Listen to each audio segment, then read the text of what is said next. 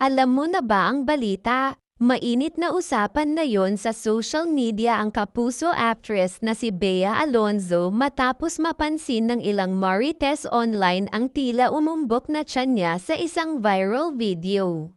Ang naturang clip ay kuha sa advance birthday surprise para sa aktres na inihanda ng kanyang staff bago pa sumapit ang kanyang 37th birthday sa October 17. Sa video, makikitang nakasuot ng all-white outfit si Bea habang masiglang pumapasok sa bahay, clueless na may pasorpresa pala ang kanyang mga tauhan. Kasama rin sa eksena ang kanyang billionaire boyfriend na si Vincent Ko, na all smiles at super attentive sa kanyang nobya. Makikita kung paanong nakaalalay ito sa bawat galaw ni Bea. Kaya lalo tuloy napaisip ang mga netizen kung may special reason ba sa pagiging extra sweet nito. Habang karamihan ay napahanga sa fresh at glow ang aura ni Bea, hindi nakaligtas sa mga matatalas ang mata online ang tila mambak na bahagi ng kanyang tiyan. Ilan ay nagsabing baka raw, camera angle lang. Ngunit marami rin ang nagsususpecha, buntis na kaya si Bea. Narito ang ilan sa mga most liked comments, parang may baby bump talaga, halata kahit naka-white.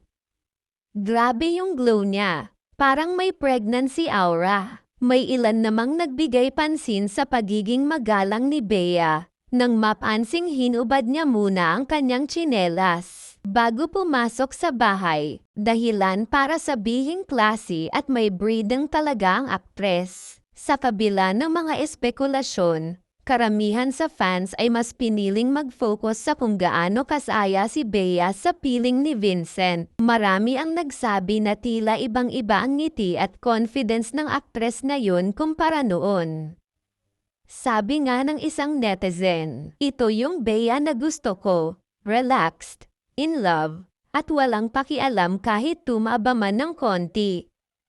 Happiness looks good on her. Hanggang ngayon ay wala pang opisyal na pahayag ang magkasintahan tungkol sa pregnancy rumors o sa usap-usapang secret marriage umano nila. Pero kung pagbabasehan daw ang body language at chemistry ng dalawa sa video, halatang may malalim na pinagsamahan at totoong kilig sa pagitan nila. Kung buntis man si Bea o hindi, ang sigurado lang, sa bawat ngiti at titig niya kay Vincent, kitang-kita na pan siya ng pagmamahal at saya. Don't forget to like, comment, share and subscribe now. Thank you for watching.